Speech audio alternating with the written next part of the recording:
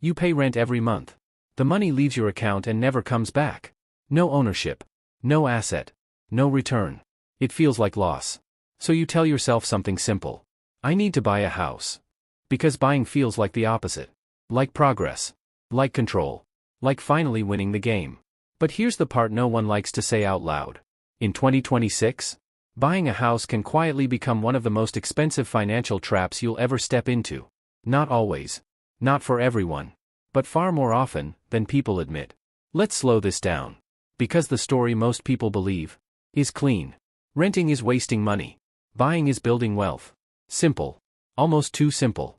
And anything that's simple in finance usually hides something. Imagine two people. Same income. Same city. Same starting point.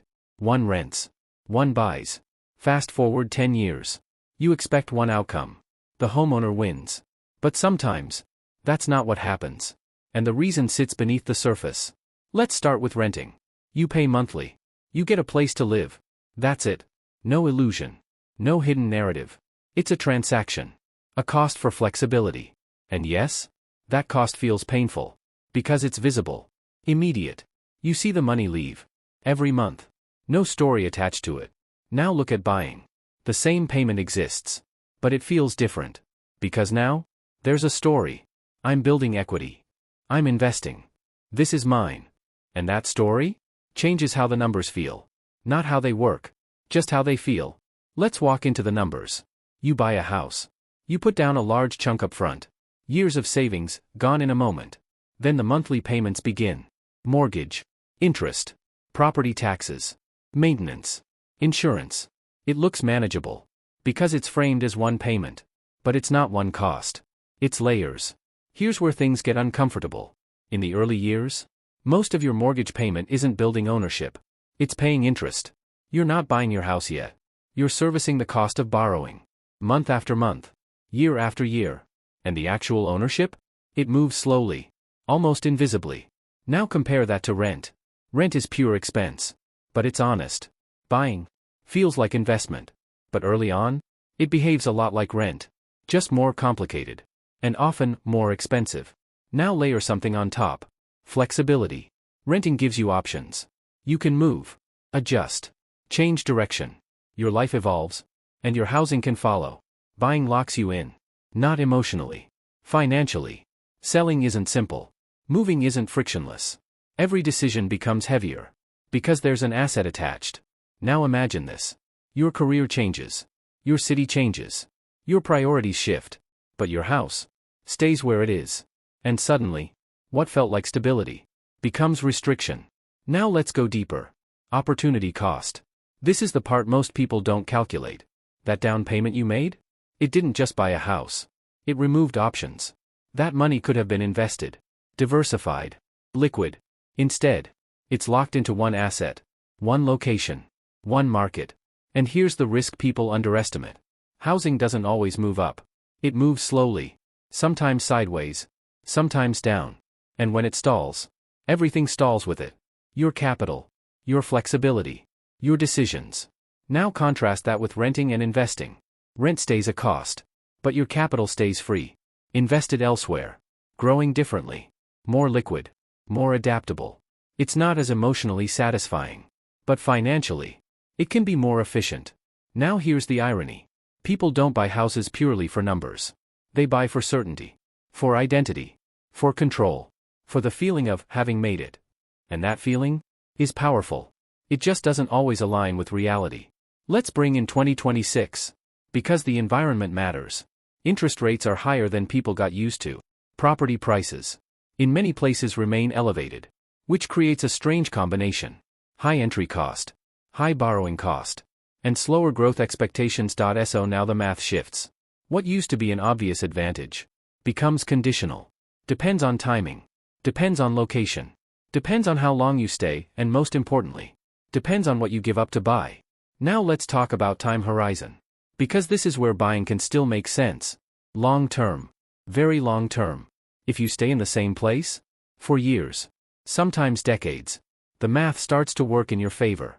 Costs spread out. Equity builds. But that's a big assumption. Because modern life is not static. Careers shift faster. Opportunities move cities. Flexibility has value. And renting preserves it. Now here's where the trap fully reveals itself. Buying a house can feel like a financial upgrade. But sometimes, it's a lifestyle upgrade. With a financial cost. And those two things are not the same. You get more space, more control, more permanence. But you also get more responsibility, more rigidity, more exposure to a single outcome. Now zoom out. Because this isn't about saying renting is better, or buying is bad. That's too simplistic. The real issue is the assumption that buying is always the smarter financial move. Because that assumption removes analysis. It turns a decision into a default. And defaults are where mistakes hide. Now think about how this decision is usually made. Emotion first, math later. Or sometimes, no math at all. Just pressure from family, from society, from the idea that rent is waste. But waste is not about where money goes. It's about what it produces. Rent produces flexibility. Buying produces ownership. Both have value. The question is, which one matters more? For your situation? Now let's make this uncomfortable. Imagine you buy at the wrong time. High price. High interest. You commit. And for the next 5 to 10 years your financial life revolves around that decision. Limited investments. Reduced mobility. Higher fixed costs. Not catastrophic. But restrictive. Quietly. Consistently. Now imagine the opposite. You rent. You invest the difference. You stay flexible. And over time, your capital grows in multiple places. Less visible. Less celebrated. But potentially, more powerful. And this is why the debate feels so confusing. Because both paths can work. Both paths can fail. And the outcome depends less on the choice itself. And more on the context around it. Your income stability. Your time horizon. Your mobility. Your discipline. But the narrative people here ignores all of that. It reduces everything to one line. Stop wasting money on rent. Simple. Convincing. Incomplete. Now zoom out one final time. Because this isn't just about housing. It's about how financial decisions are framed. We're drawn to decisions that feel like progress. Ownership. Commitment. Structure. Even when those decisions reduce flexibility. And we avoid decisions that feel like loss. Like rent. Even when those decisions preserve options. So we end up chasing the feeling of winning, instead of measuring the outcome. And that's where the real risk sits. Not in renting. Not in buying. But in choosing. Without understanding the system behind it.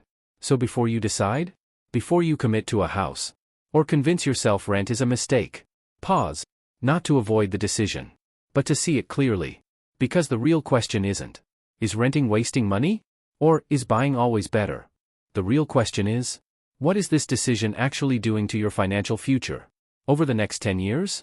Not just emotionally, but mathematically. And once you see that clearly, you might realize something unexpected.